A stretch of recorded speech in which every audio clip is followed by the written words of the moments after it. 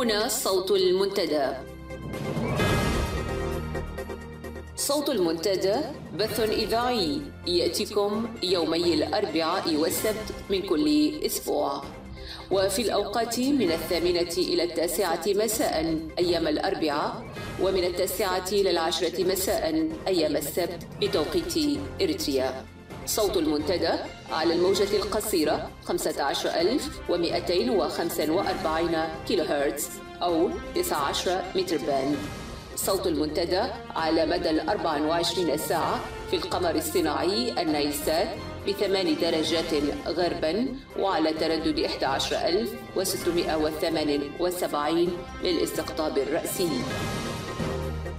صوت المنتدى علم مستقل وحوار وطني بناء. صوت المنتدى.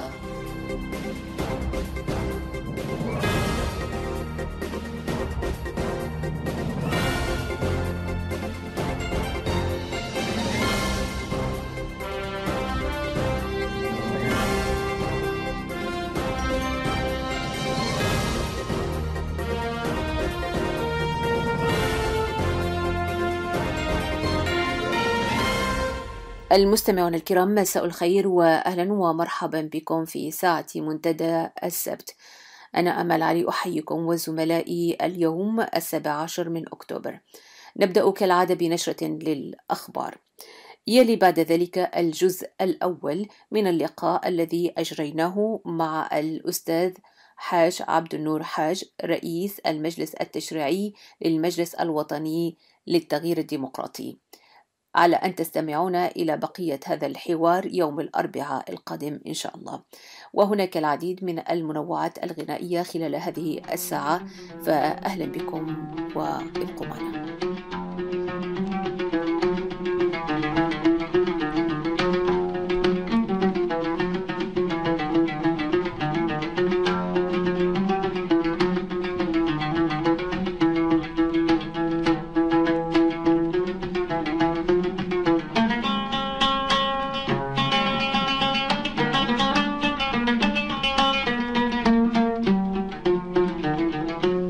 فلسطينية والبندقان رماك، وبالصهيونية تقتل حمامكم حماك. يا فلسطينية والبندقان رماك، وبالصهيونية تقتل حمامكم حماك.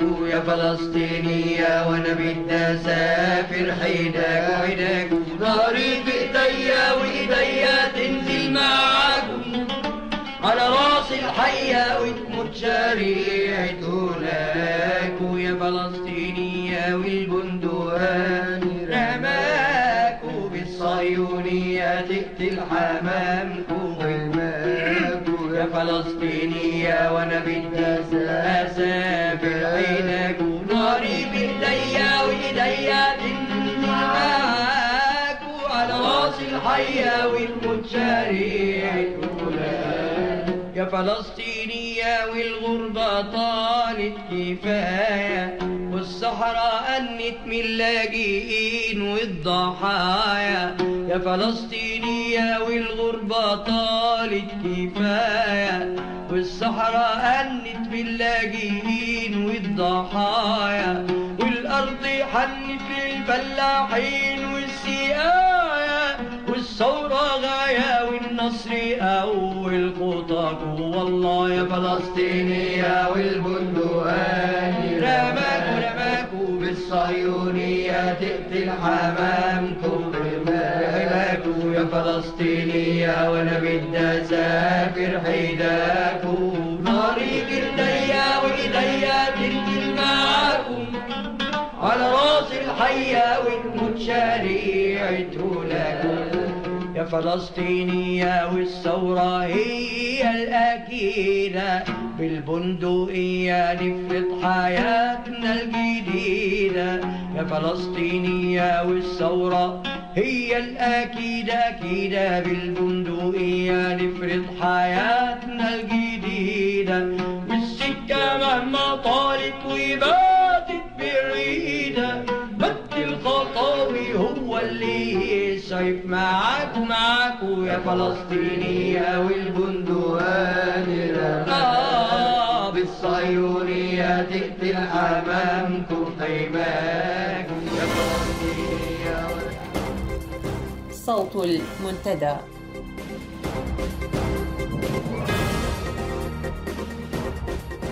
في نشرة هذا المساء، المحكمة العليا في بوتسوانا تصدر يوم الجمعة أمرا قضائيا يحول دون إجبار 10 لاعبين إريتريين بالعودة قسرا إلى إريتريا.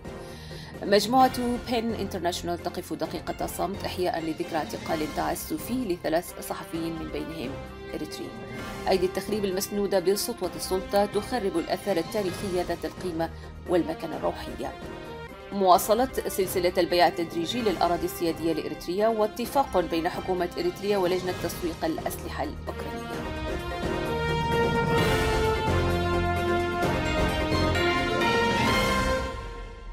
تفاصيل الأخبار. أصدرت المحكمة العليا في بوتسوانا يوم الجمعة أمرا قضائيا يحول دون إجبار 10 لاعبين بالعودة قسرا إلى إريتريا.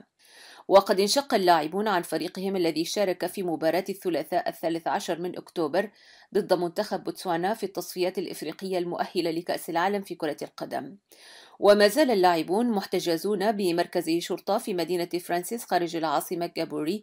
وقامت الحركة الإريترية من أجل الديمقراطية وحقوق الإنسان ومقرها جنوبي إفريقيا بتوكيل المحامي بيفورد للدفاع عن اللاعبين وضمان إبقائهم في بوتسوانا ريثما يتقرر مصيرهم النهائي. وساد قلق حول مصير اللاعبين يوم الخميس بعد أن صرح وزير الأمن البوتسواني بأن بلاده سترحلهم فور انتهاء مدة تأشيرتهم.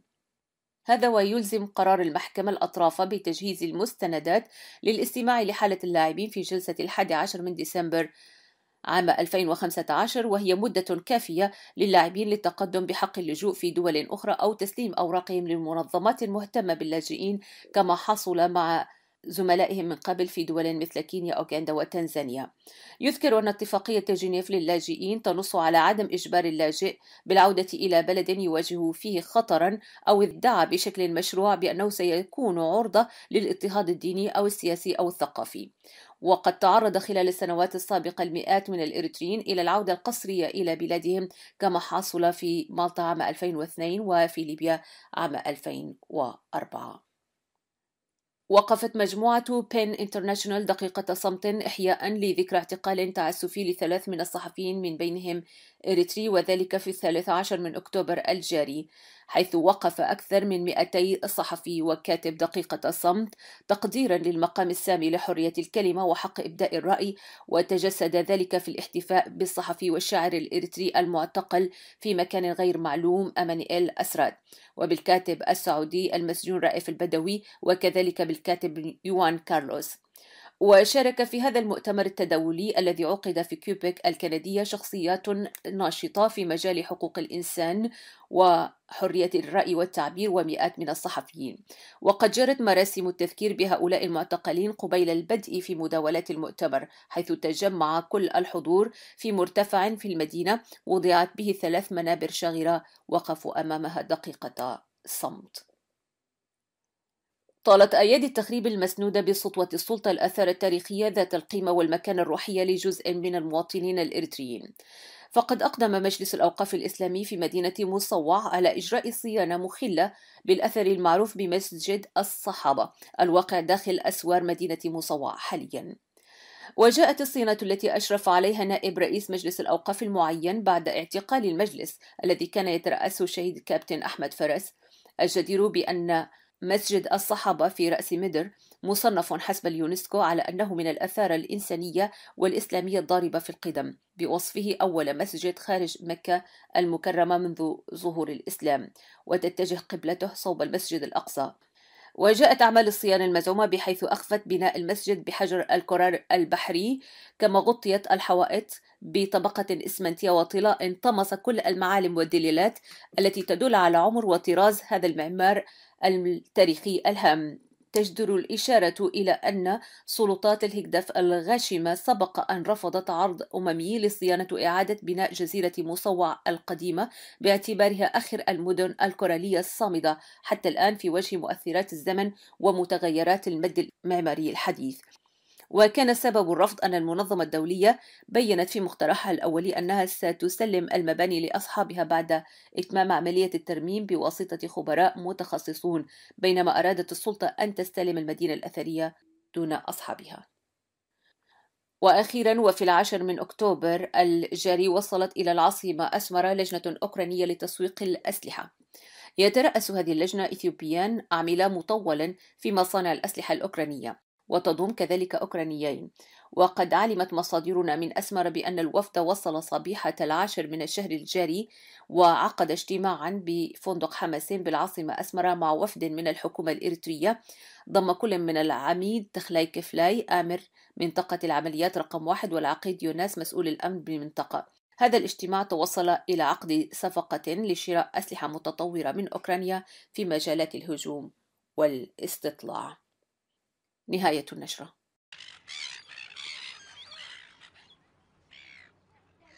I believe that artists have an obligation to be the voice of the voiceless and to seek justice for the oppressed. Over the past few months, I held many street performances collecting petitions, raising awareness about human rights abuses in Eritrea, and especially the plight of Eritrean refugees. From Sudan to Ethiopia to Malta, Italy, and Israel, and many parts of the world. Especially now they have become victims of human and organ traffickers, as is the case in Sinai. Eritrea is a country in the Horn of Africa, led by dictator Isaias Afwerki, who currently holds the #1 spot for the world's worst dictator.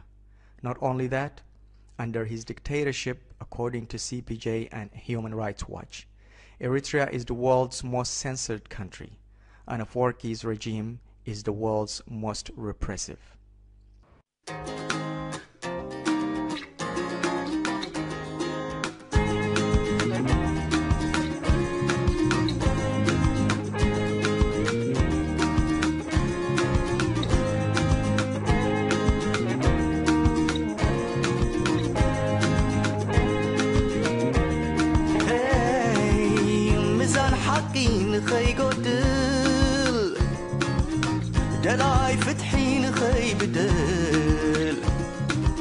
مسكدل سجيركي يو عمي صوركي نخي كبد لومي قول راحي ودكي أبزبر تعالو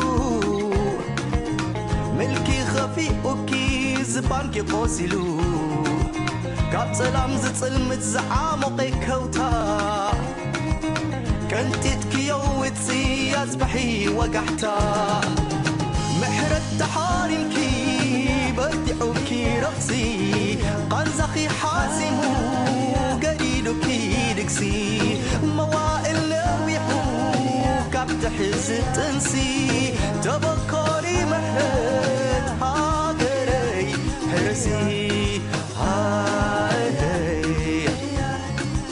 هاقري حرسي هاقري حرسي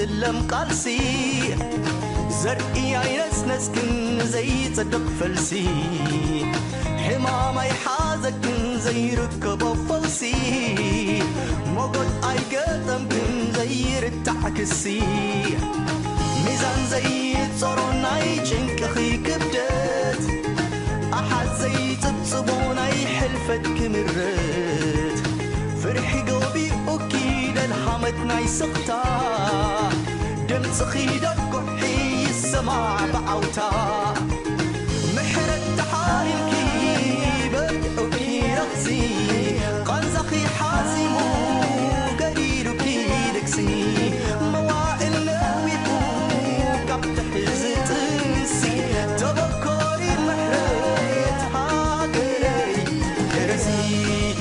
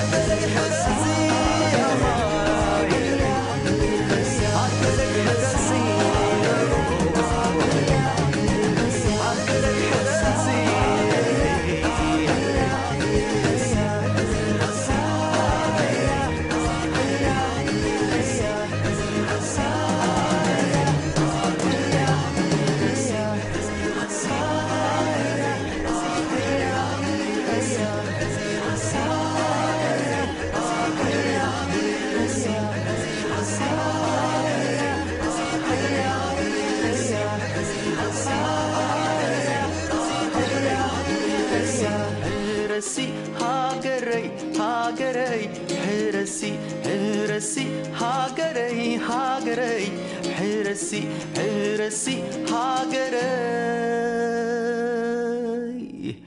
هاجري حرسي.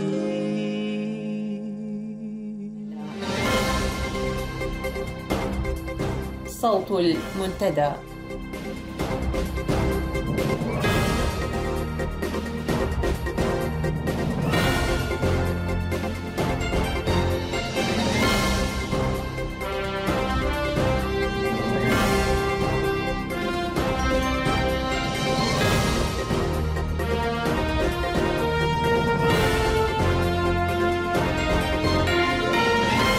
أعزائي المستمعين، أهلا ومرحبا بكم في حوار المنتدى. وفي حوار اليوم معنا الأستاذ حاج عبد النور حاج، وهو رئيس المجلس التشريعي للمجلس الوطني للتغيير الديمقراطي ونائب رئيس الحزب الديمقراطي الإريتري، وكان سابقا يشغل منصب مسؤول إقليم شمال البحر الأحمر للاتحاد الوطني لشباب وطلبة إريتريا. أهلا وسهلا بك أستاذ حاج عبد النور. أهلا وسهلا. يا هلا بك. سنحاور الأستاذ حاج في عدة محاور اليوم في لقائنا، وسنخص هذا الحوار للحديث عن المجلس الوطني، خلفيته، تكوينه وتفرعاته، وكذلك سنتحدث عن الإنجازات والتحديات وآفاق العمل المشترك مع أطراف المعارضة ورؤيته للوضع الداخلي ودوره في التغيير. في البدء قبل كل شيء أستاذ حاج، الكثيرون ربما لا يعرفون أو قد يكونوا يعني مرتبكون في فهمهم لتركيبة المجلس الوطني، فهل لنا قبل أن الخوض في كل هذا أن نعود إلى المجلس الوطني الإريتري للتغيير؟ كيف تكون؟ ما هو بالتحديد المجلس الوطني الإريتري للتغيير؟ طيب، في البدء أود أن أشكر إذاعة المنتدى والقائمين عليها لإتاحة هذه الفرصة وللتعريف بنشاطات المجلس الوطني للتغيير الديمقراطي. بالعودة إلى سؤالك، فكرة المجلس الوطني يعني أتت مبكرة في العمل المعارض، حيث كان من قبل تنظيمات يعني بتعمل إطارات أو مظلات للعمل الجماعي. ويمكن في فترة 92 أو في التسعينات بالتحديد كان التجمع الديمقراطي ثم التحالف الديمقراطي الإريتري. يعني التحالف الديمقراطي الإريتري هو صاحب الفكرة فكرة المجلس الوطني، ويمكن بالتحديد في مؤتمره التوحيدي يعني العقد في الخامس حتى 11 من مايو 2008، يعني قرر في ذلك المؤتمر بأن يكون هناك ملتقى وطني يجمع فيه أو يجتمع فيه كل الفصائل المعارضة، سواء كانت يعني مدنية أو سياسية أو مستقلين أو فئات، يعني مثل الشباب والمرأة والرعيل وكل الفئات التي كانت تعمل في أطر مختلفة أو يعني بدون ما يكون عندها طار موحد. والفكرة أتت باعتبار التحالف يعني هو كان فقط للتنظيمات السياسية المندوية داخل التحالف، ولكن أراد التحالف من فكرة المؤتمر الوطني أو الملتقى الوطني بأن يكون الوعاء أكبر من التحالف، بأن يضم تنظيمات خارج التحالف وأيضا يضم الفئات المذكورة. وعليه تقرر بأن يكون هناك يعني ملتقى وطني وتسبقه ورش عمل لأن يتحدث فيها أجندة الملتقى وماذا نريد نحن من الملتقى وما هي مخرجات أو توقعات وسيناريوهات الملتقى. كل هذه الأشياء يعني تمت دراستها وكونت لها لجان مختلفة، وعقدت أيضا ورش عمل في مختلف المناطق، سواء كان في شمال أمريكا، في إثيوبيا، في أوروبا. وفي الأخير يمكن في 2010 تم عقد الملتقى الوطني، واللي حضروه يمكن 330 من الإريتريين، سواء كانوا من تنظيمات سياسية ومجتمع مدني ومستقلين. وثم انبثق عن هذا الملتقى انبثقت مفوضية أو سميها لجنة تحضيرية بتحضر لانعقاد المؤتمر الوطني الأول أو المؤتمر الوطني بالتحديد، واللي بعد سنة في نهاية 2011. يعني في اثيوبيا أيضا يعني المفوضية عملت يعني بجهد وحضرت الأوراق بالنسبة للمؤتمر، وحصل تسعيدات ويمكن ما يقارب 600 فرد إريتري من مختلف بقاع العالم قدروا يشاركوا في هذا المؤتمر. وكان بحق وحقيقة مؤتمر يعني في يعني الإريتريين بشتى توجهاتهم وبشتى ألوان الطيف شاركوا في هذا المؤتمر، وكان يعني طفرة ونوعية في العمل المعارض. وفي هذا المؤتمر يعني حضروه 600 نفر زي ما قلت لك. نعم. تم تكوين المجلس الوطني، ومنها يعني سمي بالمجلس الوطني للتغيير الديمقراطي. وبدأ العمل يمكن بالخلفية بالنسبة لتكوين المجلس الوطني. نعم. المجلس الوطني في الأول كان فكرة للتحالف الديمقراطي الإريتري، ثم أصبح يعني فكرة أو برنامج ملك للجميع ولكل الإريتريين العاملين في المعارضة الإريترية. ويمكن يعني هو ما كان يخلو من إشكاليات في تأسيسه وفي التحضير، باعتبار هي تجربة جديدة وتجربة قبل كده الناس ما خاضتها. والإريتريين زي ما عارفة طبعا بمختلف توجهاتهم السياسية والمناطقية والتربية السياسية كلهم، وبالفئات العمرية كل والتجارب المختلفة والمدارس المختلفة كلها في بوابة واحدة يمكن كانت يعني تجربة ناجحة. وحتى الإخفاقات وحتى الإشكاليات اللي كانت موجودة لها مبرراتها يعني. ولكن في الأخير يعني هو المؤتمر نجح، يعني نجاح يعني نقدر نقول عليه يعني نعم. هو ما بمستوى الطموح، لكن نجح باعتبار طلع بقيادة موحدة وببرنامج يعني وثائق تم الاتفاق عليها، يعني زي الميثاق الوطني وخريطة الطريق والنظام الأساسي، وبرنامج عمل للفترة الزمنية اللي هي عمر المجلس الوطني يعني. نعم. نعم. دي مقدمة أو خلفية لتكوين المجلس الوطني. نعم بالتأكيد. يعني إذا نحن نتحدث الآن عن المؤتمر الذي عقد في أواسا في عام 2010، أليس كذلك؟ نعم. إذا أستاذ عبد النور، من عام 2010 إلى الآن، اليوم نحن في 2015، وهذا المجلس كما ذكرت لنا تكون يعني وضم كل مكونات المجتمع الإريتري من أحزاب وتنظيمات سياسية ومنظمات مجتمع مدني وشخصيات وشباب وإلى آخره، وكان يعتبر إنجاز وطني كبير في ذلك الوقت للعدد الهائل الذي تم يعني حشده ورصده لتكوين المجلس. إذا أردنا أن نعود قليلا إلى الوراء أيضا 5 سنوات من عمر تكوين هذا المجلس، كيف لنا أن نقرأ بشكل عام يعني ما تم يعني إنجازه، أو كيف كانت عملية سير هذا المجلس بعد تكوينه وإلى الآن بشكل عام، قبل أن ندخل في تفاصيل هذا العمل الكبير يعني؟ هو للتصحيح الملتقى هو الذي عقد في 2010، لكن المؤتمر عقد في نهاية 2011، يعتبر في بداية 2012. وبالتالي زي ما قلت يعني يمكن 4 سنوات مرت من عمر المجلس، يعني 3 وشوية.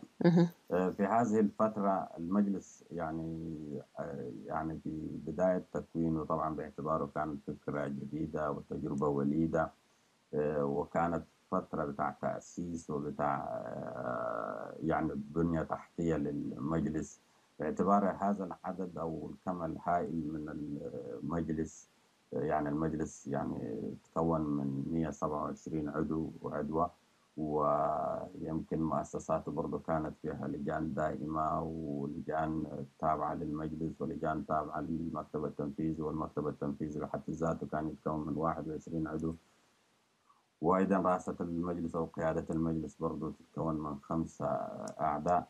هذه المؤسسات يعني عشان تعمل البنية التحتية وعشان تؤسس عمل لم يسبق له مثيل، طبعا أخذ فترة زمنية يعني ليست بقليل.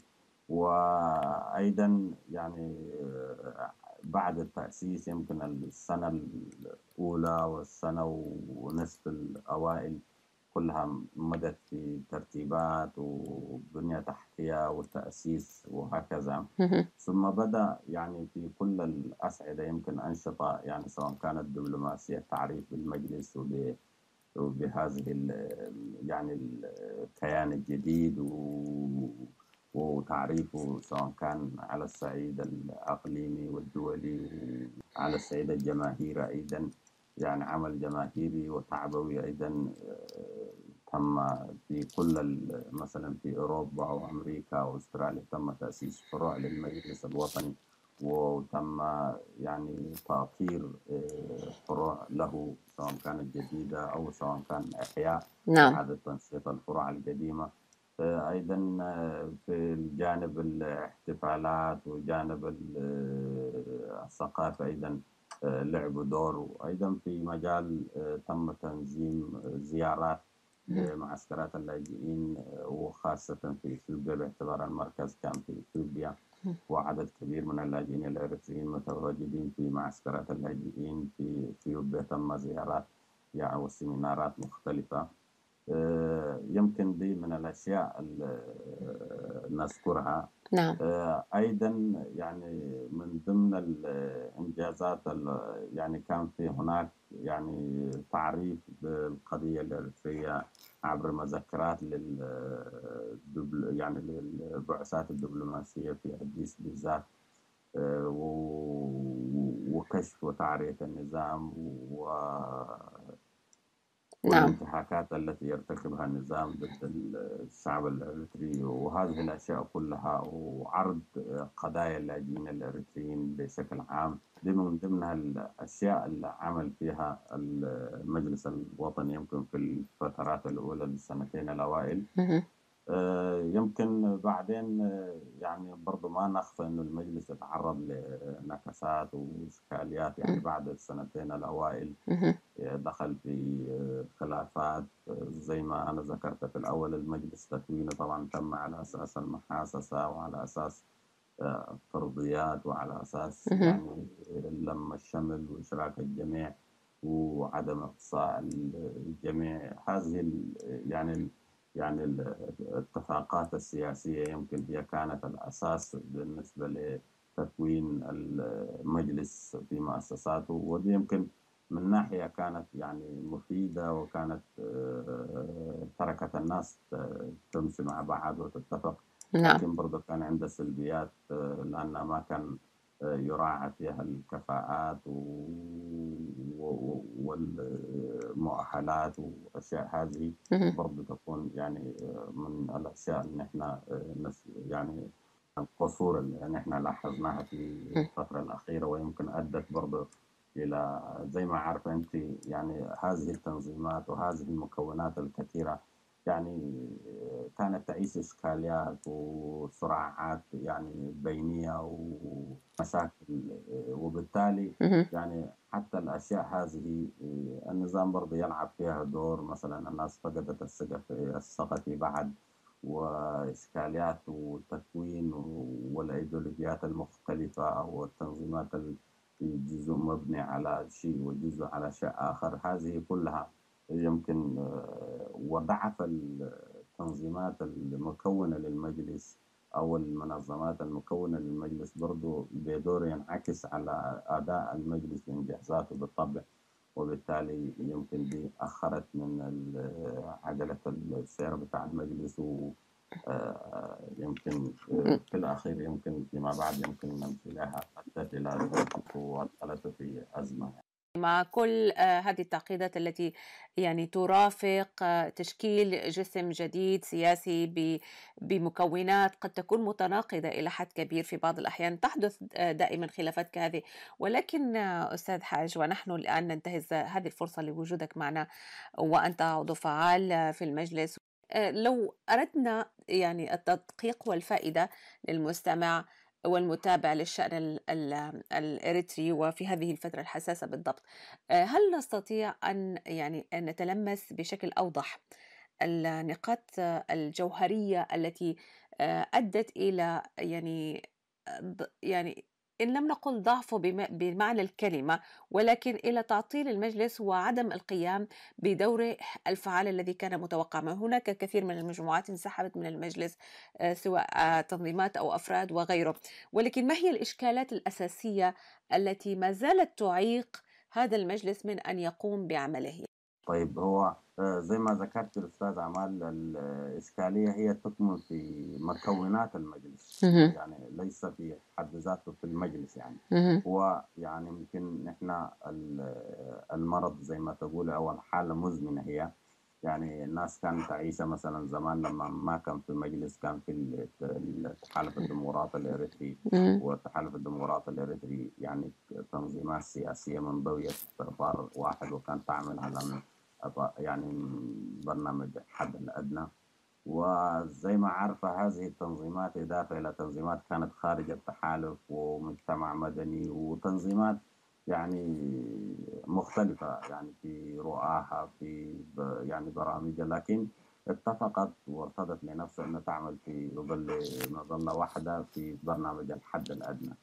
وأي تنظيم له برنامجه، برنامج الحد الأعلى وبرنامجه التنظيمي ومع أدويته وكده يعني. لكن أيضا عامل الثقة وعامل التجربة الجديدة، وإنه الناس ما عملت مع بعض قبل كده، ومش ما عملت مع بعض وبس، حتى يعني عندها يعني إشكاليات مع بعضها نقول خلينا. يعني الناس يمكن مرة من المرات كانت في تنظيم واحد وبعدين بقت على تنظيمين، انشقت تنظيمين، والانشقاق يمكن كان فيه شيء من المرارات وأشياء زي دي.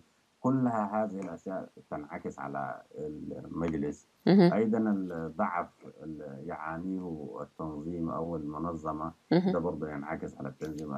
الشيء الأساسي يمكن أن نقدر نقول عليه إشكاليتنا واحدة في الوثائق، وإشكالية عدم التدقيق وعدم نفسها في القوانين واللوائح. نحن يمكن كإريتريين أو في المعارضة تواجهنا هذه الإشكاليات. الناس يعني تكون في إشكالية دائما في تفسير القوانين واللوائح وضوابط العمل، ويمكن بعض المرات لضعفنا أو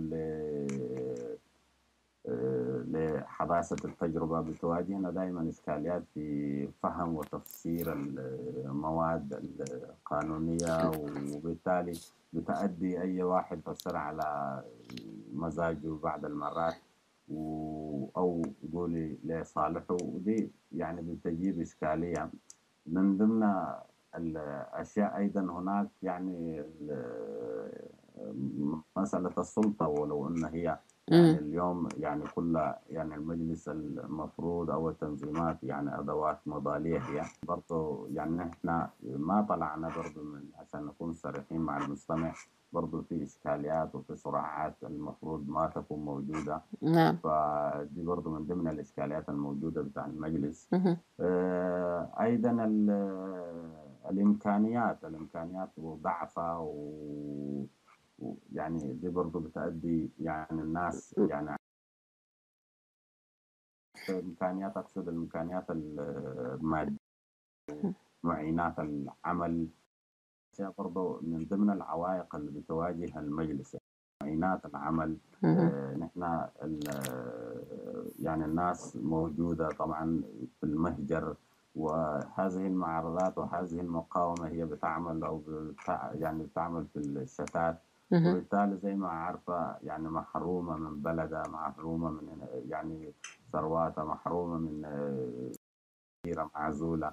فهذه الأشياء كلها يعني إشكاليات، يعني التراكمات بتاع هذه الإشكاليات كلها بتؤدي للمشاكل اللي احنا عايشينها. وفي الأخير برضه الحتة بتاع عدم الثقة والناس إنه ما عملت مع بعض وبتشك في بعض، هذه الأشياء يمكن تلعب دور أكبر في العوامل اللي ذكرتها يعني. إذا هنا يعني في كل هذه الإشكاليات التي تحدثنا عنها، وفي ظل العوامل التي يعني هي عوامل موضوعية، لكن أيضا هي موضوع يعني أو تضع أي عمل معارض في حالة تحدي.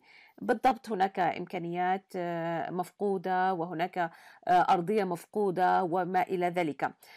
إذا كانت هذه الأشياء ستحكم أي عمل معارض أستاذ حاج في أن يكون له هذا الخلل وأن يخلق عدم ثقة بين الناس، وما زال إلى حد الآن لا المجلس ولا غيره يعني يستطيع أن يقف على أرضية تستطيع أن تقدم لهذا العمل المعارض ما يدفعه إلى التقدم أماما في حالة وطن اليوم وضعه يعني جدا حرج ومتوتر.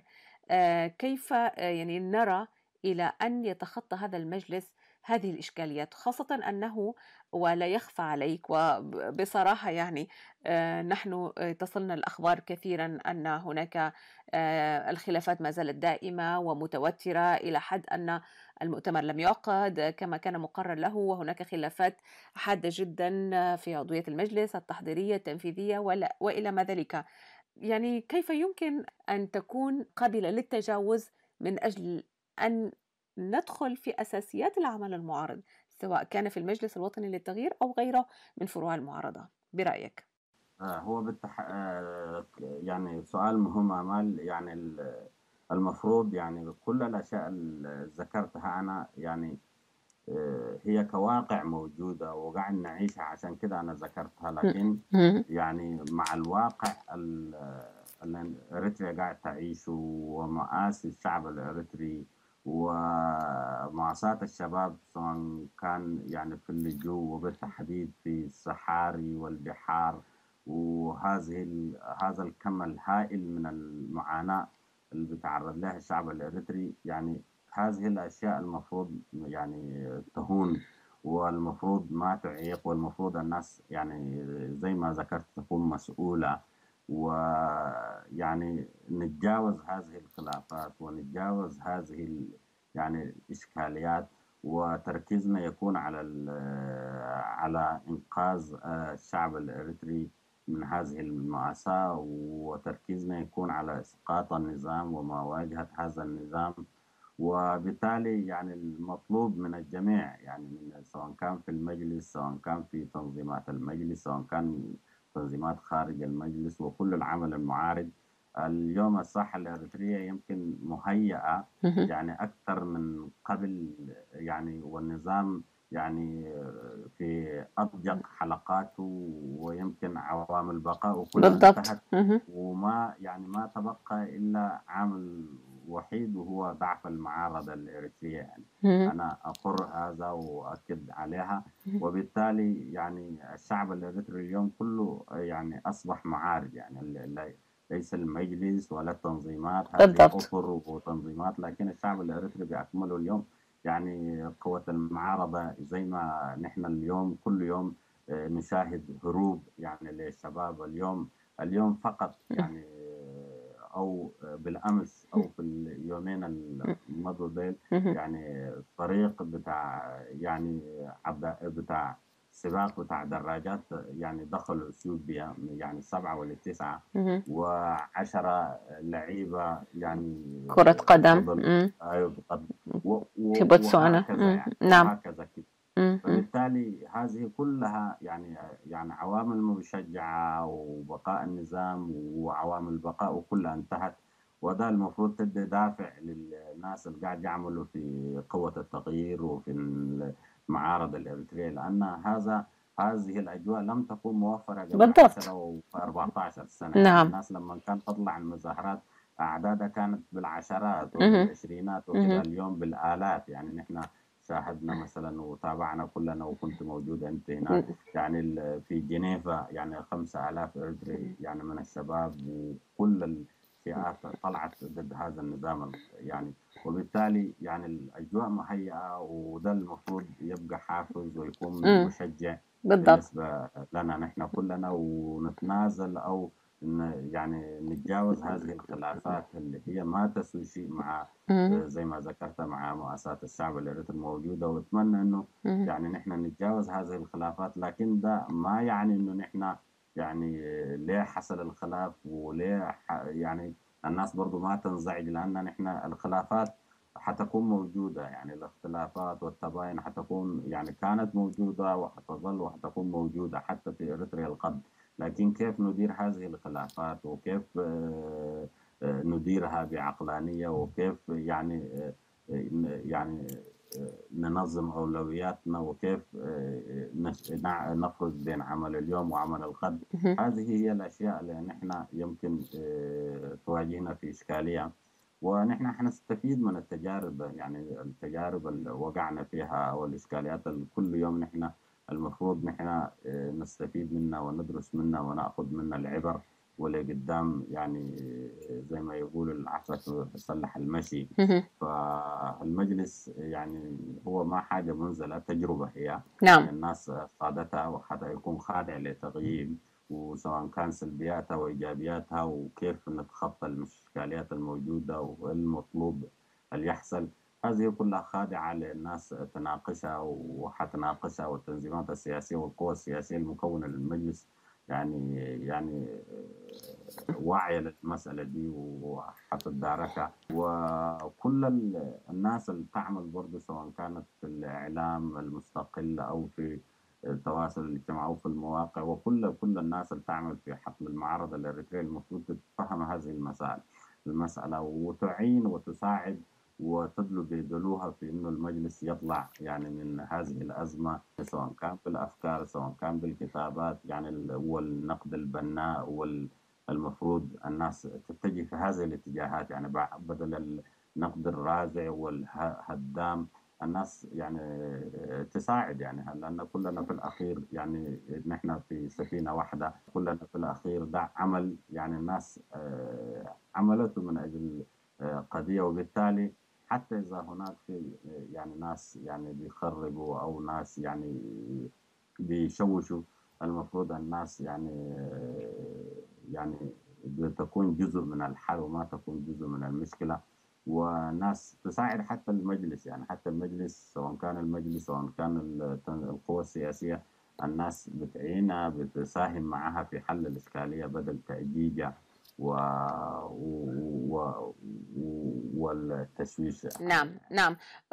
نعم، نتمنى ذلك أستاذ حاج. ولكن كما تعلم دائما يعني عندما يتكون أي جسم سياسي من أناس لهم خبرات ولهم تجارب طويلة في هذا العمل، يعني لا تتوقع أن يعني تؤول الأمور إلى هذا المآل الصعب والحرج. ولكن نتمنى طبعا أن يتجاوز المجلس هذه الخلافات ويبدأ عمليا في إنجاز مهامه التي يعني يقوم عليها. دعني أنقلك إلى محور آخر أستاذ حاج، وهو أن المجلس الوطني الإريتري للتغيير هو جسم سياسي معارض يتكون ويعمل ويعني يتفاعل مع العمل المعارض من أرضية أنه منطلق من دولة مستضيفة له كتكوين سياسي وهي إثيوبيا. الكثير طبعا ينظر إلى هذا كعامل ربما عامل إضعاف، وآخرون ينظرون إليه ربما كعامل قوة، يختلف كل على حسب توجهاته وأجندته. اليوم هذه الدولة المضيفة يؤخذ عليها أنها تتحكم كما يعني قد يحاجج الكثيرون أنها تتحكم في قرارات المجلس، في سير المجلس، في أيضا خلافات المجلس. فإلى أي مدى هذا حقيقي؟ ما هي علاقة المجلس بالدولة المضيفة له؟ هل لك أن تضيء لنا هذه العلاقة بشكل أوسع للفائدة؟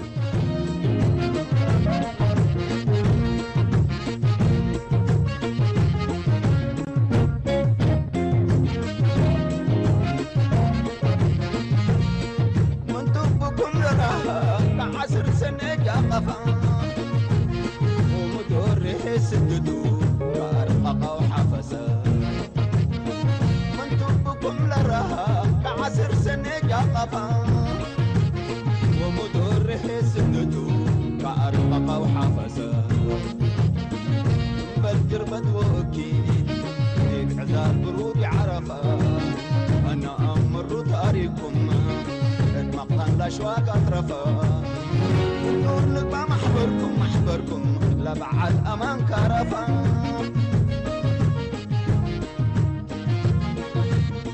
أمان من دتهاجينا تحازيكونا بحازي شعبنا يمكم يحلى لحكمة قبو وقادي أمان من دبلسنا تحازيكونا بحازي شعبنا يمكم يحلى لحكمة قبو وقادي حن رحمتكم ينقبي قرب عيتك وسلادي أقل أمان نادلنا وقولنا ينبدل حنادي من رزق عنا النبر اللي الناس رادي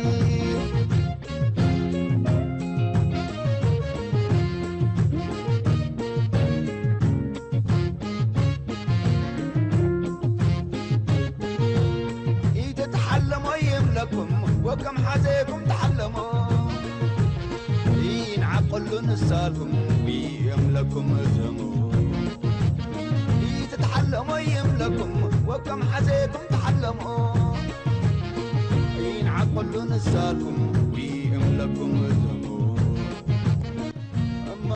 من قدامي تعلموا موراكم اللي تديكم من يسمعونا سلموا من دقاكم أسركم لبابكم كمكموا شعبنا وديب وريد تنكب إريتريا ودنانا لكلنا إيبان زكب عوان يكون شعبنا وديب وريد تنكب إريتريا ودنانا لكلنا إيبان زكب بعد أوريد اسمع لإقلان المون حسب ما حرحبنا ولادنا أقل أمادت ونسكر يتعسنا ديبو أشكر فتقاو شفرات نركب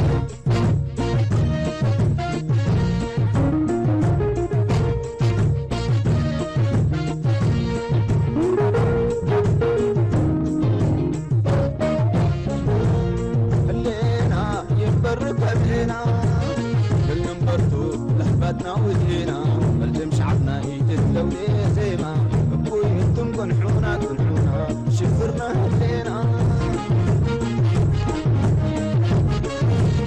اللينا يبرك علينا بالنمبرتو لحباتنا ودينا بلجم شعبنا يتدلو لي زيما ابوي انتم كنحونا شفرنا هلينا ينبرك علينا اللينا ينبرك علينا اللينا ينبرك علينا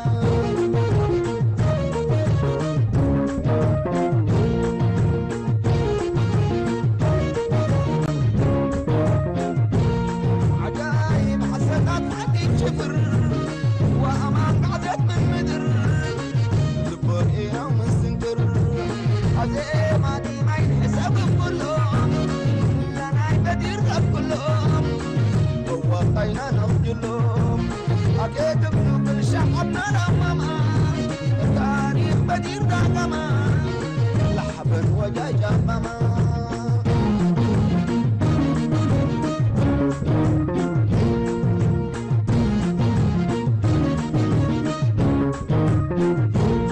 عجايب حسنات عديد شفر وأمان قعدت من مدر دبرينا ومستنكر عزيماتي ما ينحسب كلهم عقب بدير كلهم ووقينا نخجلهم أكيد قلوب شعبنا الأماما تاريخ بدير داقما الحبن وجاجا قما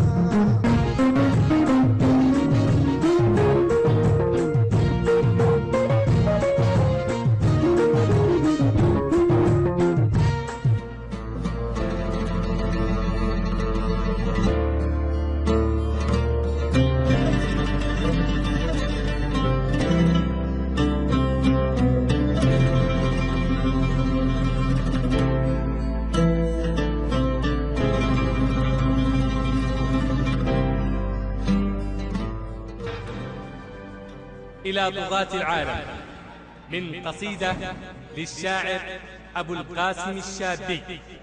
ألا أيها الظالم المستبد حبيب الظلام عدو الحياة، سخرت بأنات شعب ضعيف وكفك مخضوبة من دماء، وسرت تشوه سحر الوجود وتبذر شوك الأسى في رباه.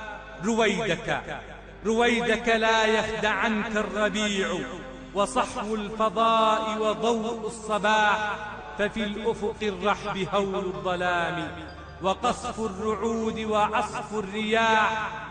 حذاري فتحت الرماد اللهيب، ومن يبذر الشوك يجني الجراح.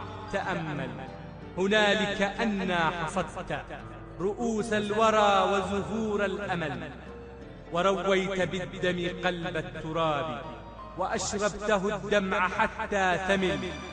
سيجرفك سيل الدماء، ويأكلك العاصف المشتعل.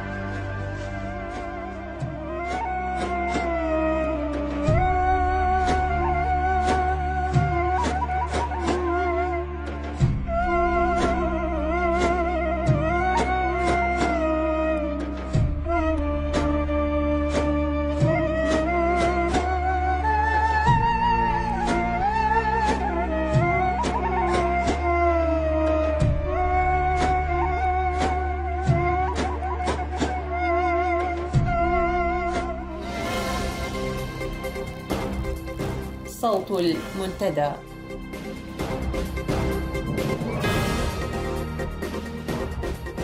في نشرة هذا المساء، المحكمة العليا في بوتسوانا تصدر يوم الجمعة أمرا قضائيا يحول دون إجبار 10 لاعبين إريتريين بالعودة قسرا إلى إريتريا. مجموعة بين انترناشونال تقف دقيقة صمت إحياء لذكرى اعتقال تعسفي ل3 صحفيين من بينهم إريتريين. أيدي التخريب المسنودة بسطوة السلطة تخرب الآثار التاريخية ذات القيمة والمكانة الروحية. مواصلة سلسلة البيع التدريجي للأراضي السيادية لإريتريا، واتفاق بين حكومة إريتريا ولجنة تسويق الأسلحة الأوكرانية.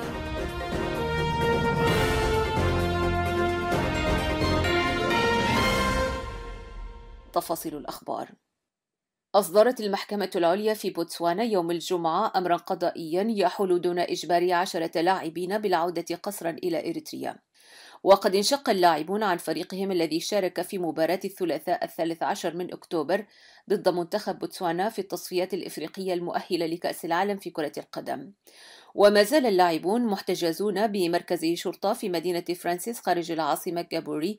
وقامت الحركة الإريترية من أجل الديمقراطية وحقوق الإنسان ومقرها جنوبي إفريقيا بتوكيل المحامي بفورد للدفاع عن اللاعبين وضمان إبقائهم في بوتسوانا ريثما يتقرر مصيرهم النهائي. وساد قلق حول مصير اللاعبين يوم الخميس بعد أن صرح وزير الأمن البوتسواني بأن بلاده سترحلهم فور انتهاء مدة تأشيرتهم. هذا ويلزم قرار المحكمة الأطراف بتجهيز المستندات للاستماع لحالة اللاعبين في جلسة 11 من ديسمبر عام 2015، وهي مدة كافية للاعبين للتقدم بحق اللجوء في دول أخرى أو تسليم أوراقهم للمنظمات المهتمة باللاجئين كما حصل مع زملائهم من قبل في دول مثل كينيا، أوغندا وتنزانيا. يذكر أن اتفاقية جنيف للاجئين تنص على عدم إجبار اللاجئ بالعودة إلى بلد يواجه فيه خطرا أو ادعى بشكل مشروع بأنه سيكون عرضة للاضطهاد الديني أو السياسي أو الثقافي. وقد تعرض خلال السنوات السابقة المئات من الإريتريين إلى العودة القسرية إلى بلادهم كما حصل في مالطا عام 2002 وفي ليبيا عام 2004. وقفت مجموعة بين انترناشونال دقيقة صمت إحياء لذكرى اعتقال تعسفي ل3 من الصحفيين من بينهم إريتري، وذلك في 13 من أكتوبر الجاري، حيث وقف أكثر من 200 صحفي وكاتب دقيقة صمت تقديرا للمقام السامي لحرية الكلمة وحق إبداء الرأي.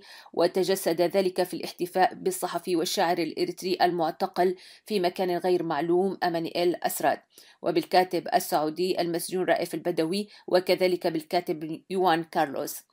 وشارك في هذا المؤتمر التداولي الذي عقد في كيوبيك الكندية شخصيات ناشطة في مجال حقوق الإنسان وحرية الرأي والتعبير ومئات من الصحفيين.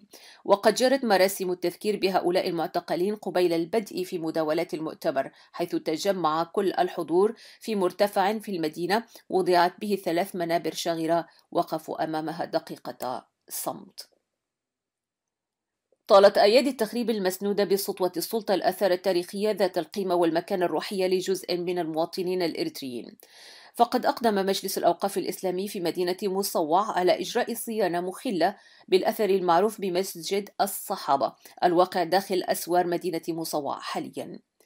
وجاءت الصيانة التي أشرف عليها نائب رئيس مجلس الأوقاف المعين بعد اعتقال المجلس الذي كان يترأسه الشهيد كابتن أحمد فرس، الجدير بأن مسجد الصحابة في رأس مدر مصنف حسب اليونسكو على أنه من الآثار الإنسانية والإسلامية الضاربة في القدم، بوصفه أول مسجد خارج مكة المكرمة منذ ظهور الإسلام، وتتجه قبلته صوب المسجد الأقصى. وجاءت أعمال الصيانة المزعومة بحيث أخفت بناء المسجد بحجر الكرار البحري، كما غطيت الحوائط بطبقة إسمنتية وطلاء انطمس كل المعالم والدليلات التي تدل على عمر وطراز هذا المعمار التاريخي الهام. تجدر الإشارة إلى أن سلطات الهجدف الغاشمة سبق أن رفضت عرض أممي لصيانة إعادة بناء جزيرة مصوع القديمة باعتبارها آخر المدن الكورالية الصامدة حتى الآن في وجه مؤثرات الزمن ومتغيرات المد المعماري الحديث. وكان سبب الرفض أن المنظمة الدولية بيّنت في مقترحها الأولي أنها ستسلم المباني لأصحابها بعد إتمام عملية الترميم بواسطة خبراء متخصصون، بينما أرادت السلطة أن تستلم المدينة الأثرية دون أصحابها. وأخيرا وفي 10 أكتوبر الجاري وصلت إلى العاصمة أسمرة لجنة أوكرانية لتسويق الأسلحة. يترأس هذه اللجنة إثيوبيان عاملا مطولا في مصانع الأسلحة الأوكرانية، وتضم كذلك أوكرانيين. وقد علمت مصادرنا من أسمر بأن الوفد وصل صبيحة 10 من الشهر الجاري وعقد اجتماعا بفندق حماسين بالعاصمة أسمرة مع وفد من الحكومة الإريترية ضم كل من العميد تخلاي كفلاي آمر منطقة العمليات رقم 1 والعقيد يوناس مسؤول الأمن بالمنطقة. هذا الاجتماع توصل إلى عقد صفقة لشراء أسلحة متطورة من أوكرانيا في مجالات الهجوم والاستطلاع. صوت المنتدى. وفي ختام هذه الساعة أعزائي المستمعين أود أن أذكركم مجددا إلى أنكم ستستمعون إلى الجزء الثاني من حوارنا مع الأستاذ حاج عبد النور رئيس المجلس التشريعي للمجلس الوطني للتغيير الديمقراطي يوم الأربعاء القادم. أرجو أن تبقوا على خير، أسبوعا طيبا وهانئا وإلى اللقاء.